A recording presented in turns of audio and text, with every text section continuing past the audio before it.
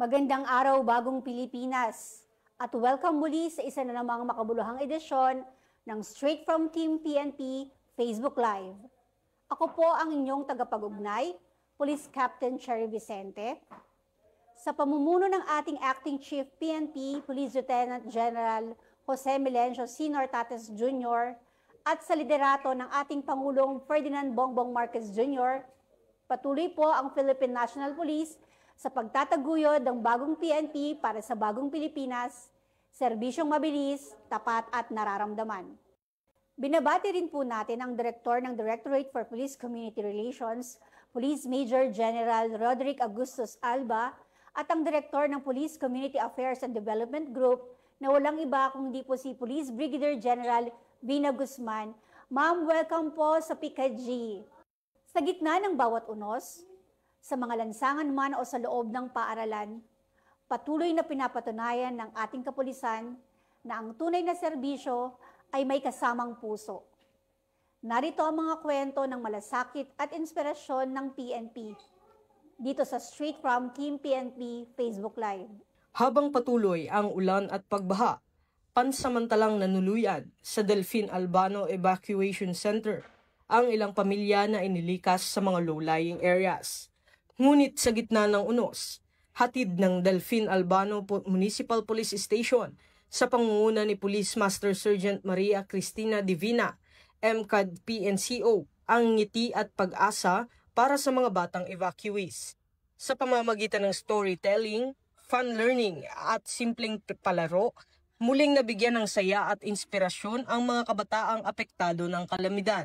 Ang proyektong ito ay bahagi ng mga programang pangkomunidad ng PNP sa ilalim ng bagong PNP para sa bagong Pilipinas, serbisyong mabilis, tapat at nararamdaman. Isang paalaala mula sa Straight from Team PNP, sa bawat unos, may mga kamay na handang tumulong at may mga pusong patuloy na naglilingkod ng may malasakit. Sa Davao de Oro, hindi lamang sa presinto kundi maging sa paaralan, pinagmamalaki ang kabayanihan at mabuting serbisyo ng ating mga kapulisan. Sa isang makabuluhang seremonya sa Mainit Elementary School sa bayan ng Nabunturan, 2 pulis ng Nabunturan Municipal Police Station ang ginawaran ng medalya ng papuri ng Davao de Oro Police Provincial Office. Kabilang sa pinarangalan sina Police Master Sergeant Mayrol Apolinaria at Police Staff Sergeant Christian Jobert Tirador bilang pagkilala sa kanilang tapat na paglilingkod at mabuting ehemplo sa hanay ng pulisya. Ang natatanging seremonya ay ginanap mismo sa paaralang pinapasukan ng kanilang mga anak. Isang simbolikong pagpupugay, hindi lamang sa kanilang serbisyo, kundi sa kanilang pagiging mabuting magulang. Ipinahayag din ng Davao de Oro Police Provincial Office ang pasasalamat kay Mr. Rolly Amante, punong guro ng Mainit Elementary School, at sa buong pamunuan ng paaralan sa kanilang mainit na pagtanggap at pakikiisa sa programa.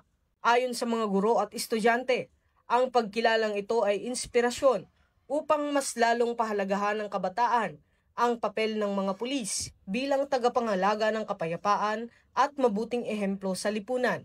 Isang patunay na sa bagong Pilipinas, ang bagong PNP ay hindi lamang naglilingkod, ito'y nagmamalasakit, nagmamahal, at nagbibigay inspirasyon sa bawat pamilya. Mula po sa tanggapan ng tagapag-ugnay ng Pambansang Pulisya, ako po si Police Captain Cherry Vicente. Magkita-kita po tayong muli sa susunod na episode kung saan patuloy nating ilalapit sa inyo ang mga kwento ng malasakit, serbisyo at kabayanihan ng ating kapulisan. Dahil dito sa bagong PNP para sa bagong Pilipinas, serbisyong mabilis, tapat at nararamdaman. At muli, ito po ang Straight from Team PNP Facebook Live.